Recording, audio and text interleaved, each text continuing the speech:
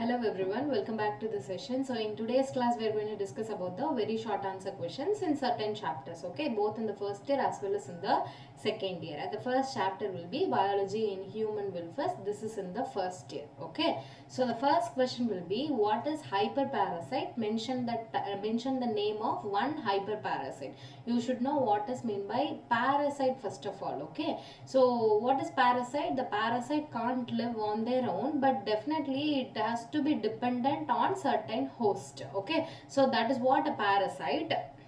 So parasite can be mentioned in terms of plus and minus, okay. So this is plus for that particular parasite and minus negative impact for the host, okay, because the nutrients present in the host has been taken by the parasite, okay. Definitely it is going to cause certain damages to the host, okay. So see here, hyperparasite. So hyperparasite in the sense, it is a parasite that lives in or on another parasite. So what do we have discussed? The basic definition of the parasite will be, it has to be dependent on certain organism, and that we can call them as the host. Parasite always depend on the host body for their nutrients, okay. So but the word hyperparasite in the sense, a parasite lives on the another parasite, that is called as a hyperparasite, okay.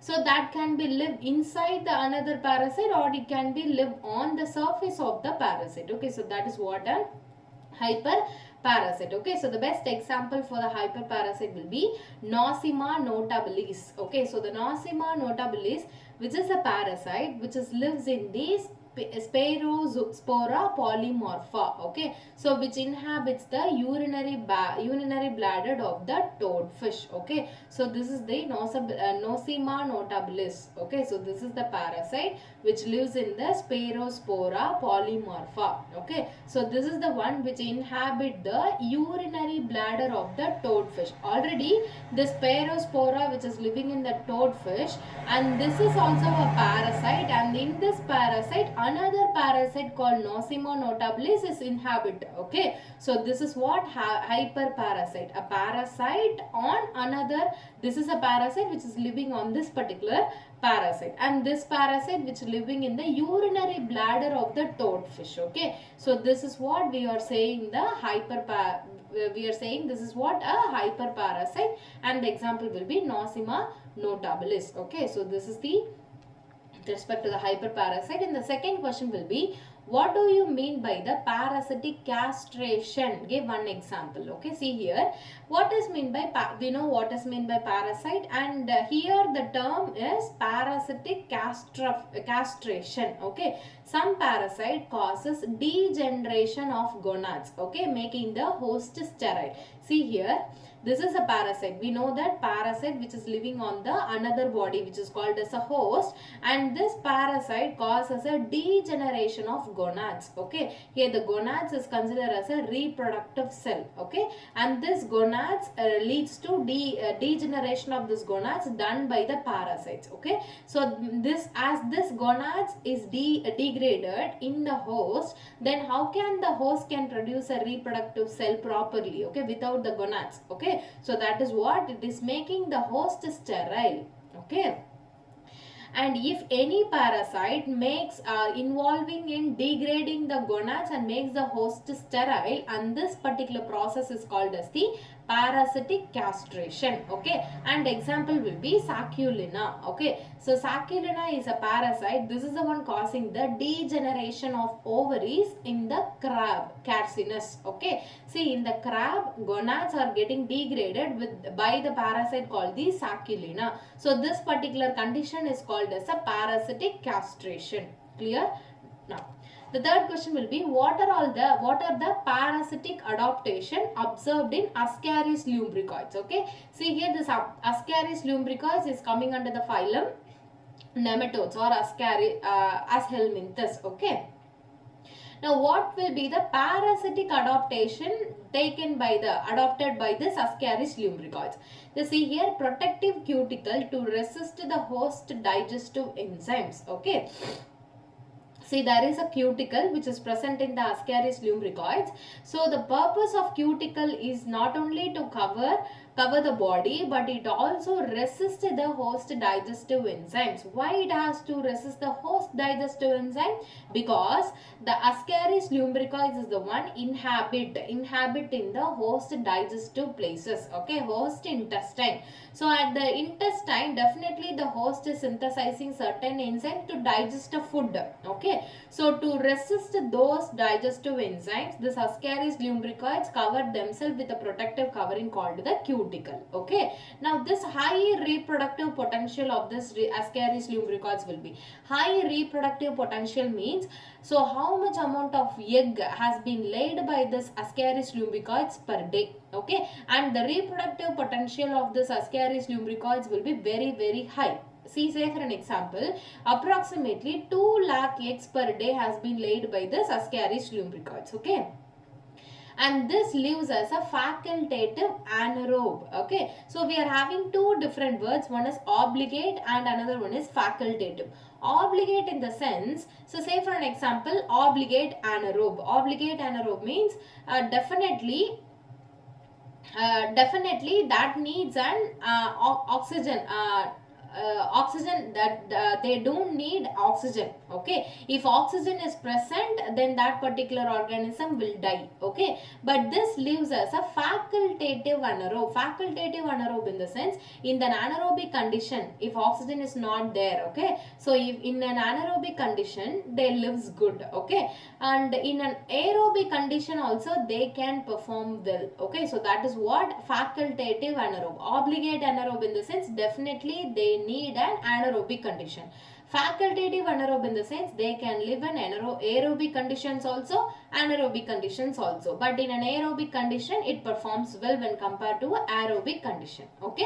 So this is what an parasitic adaptation seen in the Ascaris lumbricoids, right. Now what are the endoparasitic adaptations observed in Fasciola hepatica? Okay, so Fasciola hepatica, this is the one coming under the phylum Platyhelminthes, okay, that is the flatworm, okay. So this Fasciola hepatica is considered as a flatworm, okay.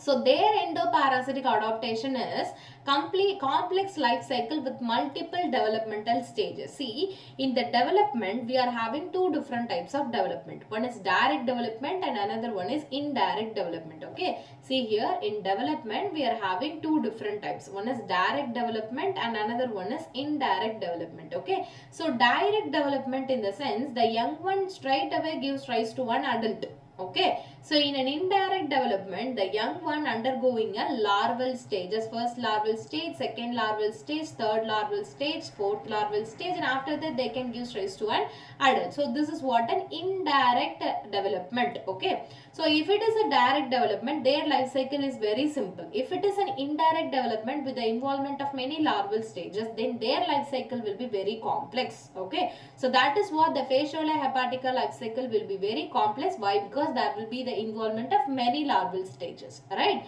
Now it involves two intermediate hosts to increase the chance of reaching a definitive host, okay.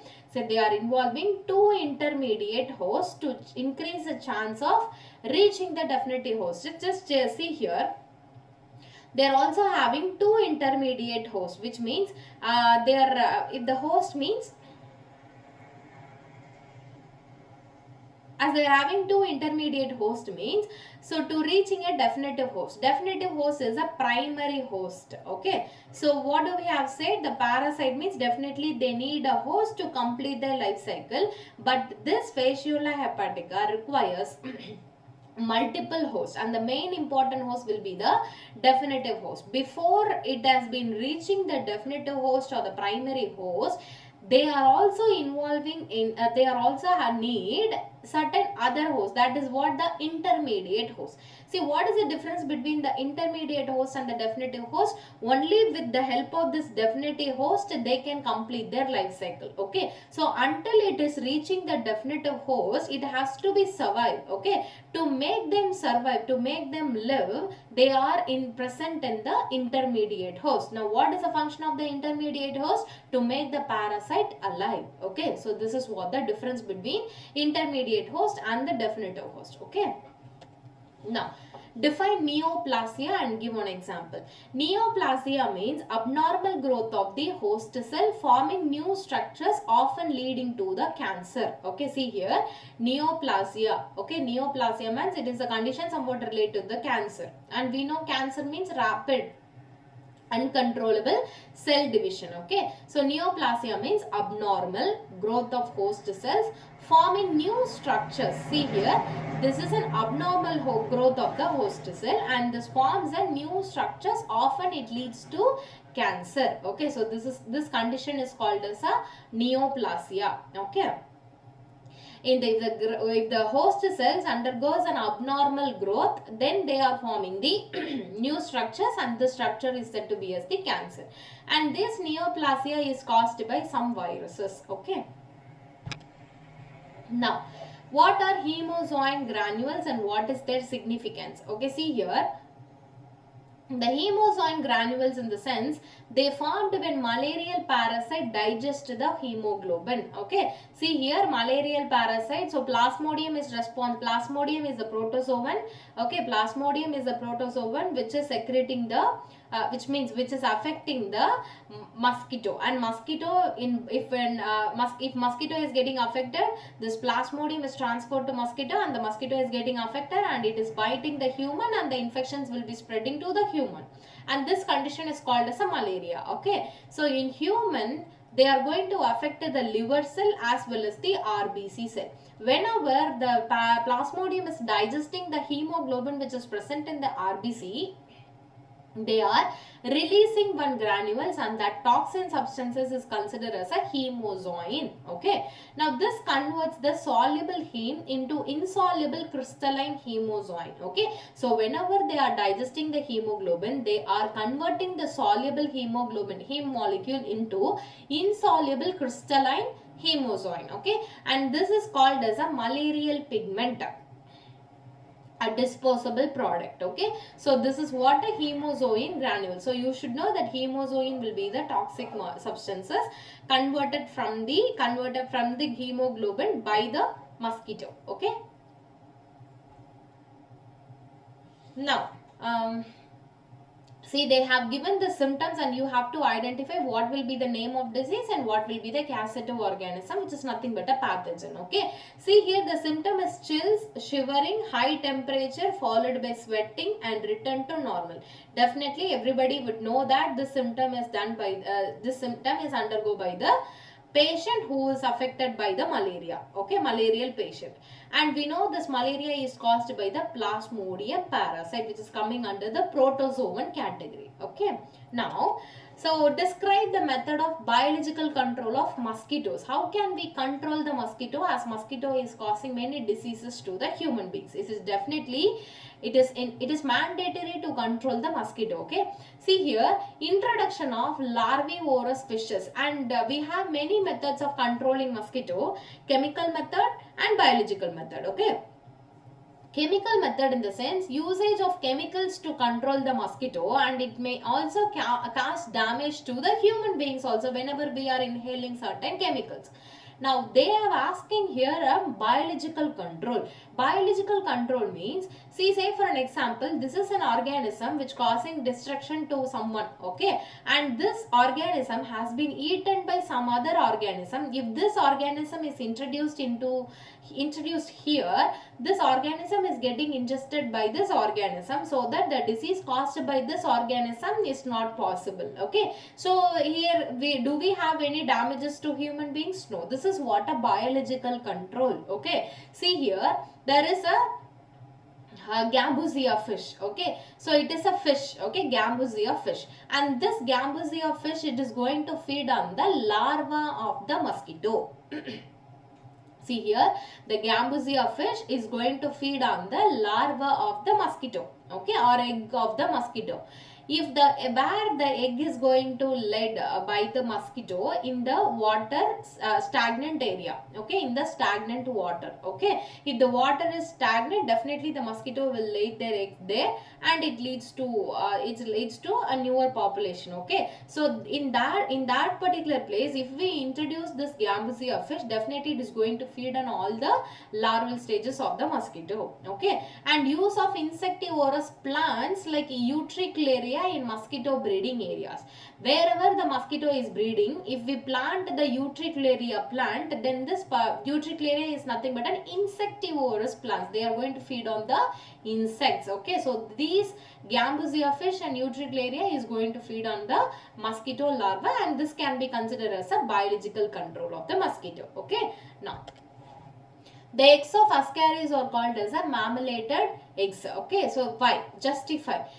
Each egg is surrounded by a protein coat with rippled surface, hence described as the marmorated eggs, okay. See, each egg is surrounded by a protein coat, okay. So if the egg is surrounded by a many protein coat for the protection of the egg, okay. So that is why we are calling this particular egg as a marmorated egg, okay. Now what is mean by nocturnal periodicity with reference to nematode parasite? So we are having two different words, one is diurnal and another one is nocturnal, okay. Diurnal in the sense those organisms which are active at daytime, okay. Nocturnal means those organisms which are active at the night time. That is what nocturnal periodicity, okay. So with respect to the nematode parasite, just see here, microfilaria larva of Wuchereria bancrofti. See here, this Wuchereria bancrofti will be coming under the nematode category, okay.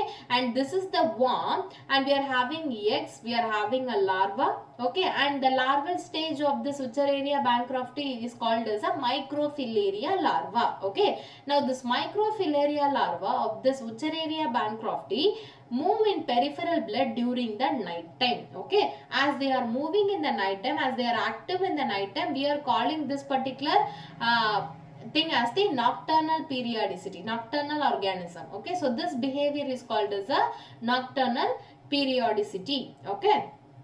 Now define the drug abuse. So use of drugs for non-medicinal purposes or in excess amounts that impair physical or psychological functions, okay. So see, if we are taking the drug often, it is called as a drug abuse. And how can we define the drug abuse? The usage of drugs for non-medical purposes. So in the for the medical purposes we often take drugs, and that tablets contain some drugs, okay. So for if in case of non-medical purposes, if we use drugs, this is called as a drug abuse, okay, or in excess amounts that impair. So if that drug abuse, if that drug intaken for the non-medical purposes in an excess amount, if that leads to physical or psychological functions, then this is called as a drug abuse, okay. From which substance are smack and coke obtained? Okay, smack and coke, again it is a drug. The smack is obtained from the diacetyl morphine, from the morphine extracted from the poppy plant. So from the poppy plant, the morphine drug is getting extracted. Morphine is used for the pain. It is called as a pain reliever. And from the morphine, this diacetyl morphine has been extracted, and from the diacetyl morphine we are calling that particular drug as the smack, okay. So coke, the coke is getting obtained from the cocaine. And from the coca plant, the technical term of the coca plant will be the Erythoxylum coca, okay. So from these are all the plants where the smoke and the coke has been obtained. Now that's all about the short answer, very shorts in the biology and human welfare. Now we are going to discuss about the very shorts in ecology and environment. Again, this is in the first year only, okay. So from this up to this chapter, we are completing the very shorts in the first year, okay. So what is ecosystem? See, the ecosystem is a functional unit of the biosphere. See, in the ecosystem, when we discuss about the long answer question, we have completely analyzed the ecology and environment. See here, an individual group of individual belongs to the same species living in the same geographical area. We are calling that particular term as a population. Okay, group of individuals of the same species living in a same geographical area we are calling as a population, and group of population we are calling them as a community, and group of community we are calling them as the ecosystem. Okay, then how can we define an ecosystem? In an ecosystem there is a biotic factors and an abiotic factors. Okay, and the interaction between the biotic and abiotic factors we are called that particular term as the ecosystem. Okay, and this ecosystem is considered as a complete unit, and this is considered as a functional unit of the biosphere. Okay, see, this ecosystem is a functional unit of the biosphere where the members of biological community interact among themselves and with the surrounding environment. Okay, so this is an ecosystem which is a functional unit of the biosphere where the biological community interact among themselves with the surrounding environment. That is what the interaction between biotic and abiotic factors is considered as an ecosystem. Now, what is biome? Okay, name any two biomes you have studied.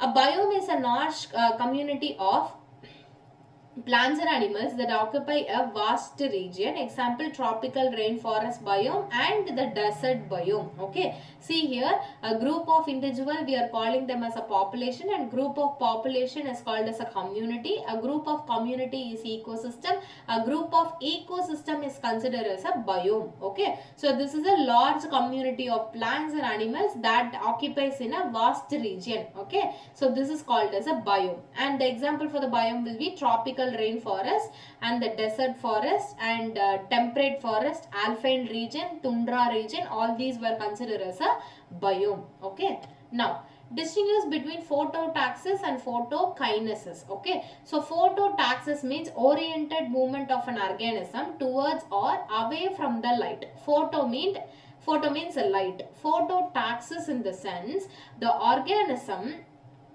if the organism based on the light, the plant's orientation will move towards the light or it is moving away from the light. Okay, so if any organism moving towards the light or away from the light, so that oriental movement.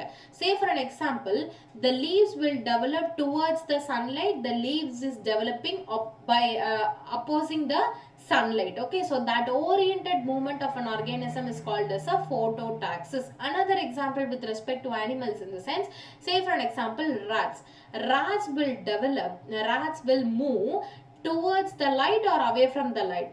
If there is any light, the rat will move away from the light. So based on the orientation of the light, the orientation of organism will change, whether it move towards the light or away from the light. That is called as a phototaxis. And photokinesis means, so see here, non-directional movement influenced by light intensity affects the speed of the movement. If light is higher, then the movement is also higher. If the light is lower, then the movement of an organism is lower. The speed of an organism is affected by the light. Either it will be increases or it will be decreases. That term is called as a photokinesis. Okay, so this is what the difference between phototaxis and photokinesis. Okay, now what are circadian rhythms? So circadian rhythm is also called as a biological clock or biological rhythm. Okay, so we are having 24 hours cycle. So even if there will be no alarm in our no alarm set in the phone, we are having own alarm in our body. Okay, so at in the morning we tends to loss of our sleep. During night time we automatically fall into sleep. Okay, so this is what a biological rhythm. At 8 o'clock we tend to feel hunger, and 1 o'clock we are also feeling hunger, and in the night time and 7 to 8 p.m. we felt the hunger. Okay, how we are feeling all this sense. Okay, so all because of the biological rhythm which is present in our body. Okay, so this is the 24-hour cycle, which is also called as a circadian rhythms. Okay, now mention advantages of some UV rays. So whenever we are studying about the UV rays, we often talk about the disadvantages of the UV rays, that it is going to cause a skin cancer, it is going to give a rashes, all these things. But what will be the advantages of this UV rays? See, this UV radiation helps in conversion of sterols, which is nothing but a cholesterol. sterols into vitamin D in the skin of the mammals. This is the very good advantage of the UV rays. Okay, see here, sterols is a part, it is a form of cholesterol. Okay, so the sterol, it is getting converted into vitamin D, so in the presence of UV. Okay, so in the skin of a mammal. So this is what an advantage of the UV rays. All right, now what is cyclomorphosis? Cyclomorphosis in the sense seasonal morphological variations in organisms. So in an organism we are having how many seasons, whatever be the seasons be. So whenever in some season the trees may fall their leaves, in some season it will give their flowers and fruits. So all this is what a seasonal morphological variation in an organism. In example, for an example, in Daphnia, body shape changes with the season, elongated with hood or short without the hood. Okay, based on the season, their morphology is also getting changes. Okay, so that is called as a cyclomorphosis. Now what is camouflage? Camouflage in the sense what will be the background of the environment, the organism is adapted to that environment. Okay, so that the predators can't find the organism, that it has been adapted to the background. Okay, that is adapted to the color of the background, so that is called as the camouflage. Okay, so this is what a cryptic coloration in insects, frogs, to avoid detection by the predators. Example, stick insect. Okay, so in the bark of the tree or in the stick, in the any of the stick of the tree, the insect is also look like a stick. So we can't find whether it will be the stick or it will be the insect. Okay, so the predator can't identify whether it will be the prey or not. Okay, so that is what a camouflage. It has been experienced by many insects, or it has been adopted by many insects as well as the frogs. Okay, so that it has been easily escaped from the predators. Now what is BOD? This is very important concept. Okay, see, biological oxygen demand. Okay, say for an example, this is a lake. Okay, so this is the lake. In this lake we can find the many microorganisms. There will be lots and lots of nutrients within it. Okay, and they are also having many nutrients, and this many microorganisms is also there, and many waste products is also there. Okay, see here, and this biological oxygen demand in the sense, this is an ecosystem, that any water ecosystem. So in the water ecosystem, the microbes are 20. Okay, for an example I'm taking, say for an example, 20 microbes are here and 20 oxygen molecules are here. Okay, 20 oxygen molecules are here, and each molecules are taking one oxygen within it. Okay, and the plants is also there, the microorganisms taking the oxygen, and it is removing the carbon dioxide from the body, and that carbon dioxide has been taken by the plants. In the process of photosynthesis, they are giving the oxygen. Okay, now say for an example, 20 microbes are there, 20 oxygen molecules are there, and 20 plants are there. Okay, so this is in equal proportion. I'm saying just for an example, this is not a logic. Okay, and this is not possible that 20 20 20. Okay, just say for an example, just I want to make sure that you have to understand this. Okay, see here, 20 microbes and 20 plants and 20 oxygen molecule is there. Okay, if there will be more nutrients are there, and this microbes taking all their nutrients and just keep on dividing more. Okay, now there will be 20 oxygen is only there, but there will be more microbes. For all these microbes, the oxygen is not sufficient for all these microbes, and the plants is also not sufficient to give that much amount of carbon dioxide, and there meets the oxygen demand. And okay, so this is called as a biological oxygen demand. Okay, here the demand of oxygen is created by the microorganism as the nutrients are very higher. See here, measure of biodegradable substances in the sewage, high BOD. If the biological oxygen demand is higher, you should know the oxygen is depleting in water. The concentration of oxygen is depleting in water. This causes the death of aquatic organism. As there will be no oxygen within it, many fishes leads to death. Okay, so this is what biological oxygen demand. Okay, now what is biological magnification? Biological magnification means increase in concentration of pollutants or toxicants at successive trophic levels in a food chain. So in a food chain, there is an increase in concentration of pollutants or toxicants at the successive trophic level. So this is what a trophic level. And this grass are getting polluted, and the grass are getting polluted, and the grass has been taken by the grasshopper. Again, all the grasshoppers are getting polluted. Now the grasshoppers have the toxic substances, and all these grasshopper has been eaten by the frog. Now all the frog is also getting toxicated. Okay, now so this is what, whenever we are seeing the concentration of pollutants in the grass, it will be lower, but whenever it is taken by the grasshopper, the concentration of toxins in the grass has been, when compared to the grass, the grasshopper has more toxins. And when all the grasshoppers has been eaten by the frog, the concentration of toxins when compared to the grasshopper, it will be higher in the frog when compared to the grasshopper. So this is what increasing concentration of pollutants or toxicants at the successive trophic levels. Okay, so this called as the biological magnification. Why are incinerators used in hospital? Okay, just see here. To safely dispose hazardous waste like disinfectants, chemicals, pathogens by burning. Burning of waste is called as a incineration. Okay. Okay, just see here, burning of waste is called as an incineration. That process is called as an incineration. Now, those who are doing the incineration is called as an incinerators machines. Now, why these incinerators are used in hospitals? Because hospitals are having hazardous waste, because all these are having chemicals, syringe, okay, bloods, cotton with the blood. So all these are very hazardous. Okay, so if that hazardous waste has been made contact with another patients, they are also getting infected. So definitely all these hazardous waste has to be burned. Okay, so that is why incinerators are used in the hospitals to because the hazardous waste contains the disinfectants, chemicals, pathogens. Okay, now define mutualism. Give an example.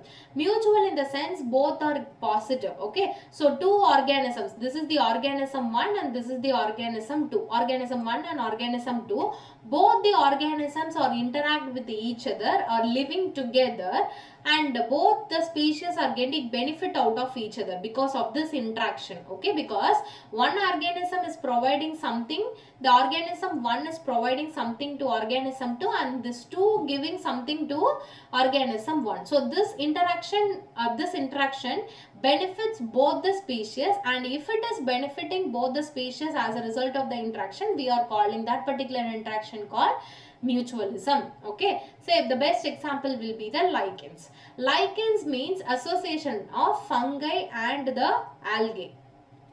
Here the algae is performing the photosynthesis and giving food to the fungi, and the fungi is providing something to the algae. Okay, so that absorption capacity. So this is what the lichens, this is what the mutualism, both the species are getting benefited out of each other because of the interaction. Okay, so that's all about the very shorts in the ecology and environment topic. Okay, so we'll meet you in tomorrow's class in another shorts. Right, thank you.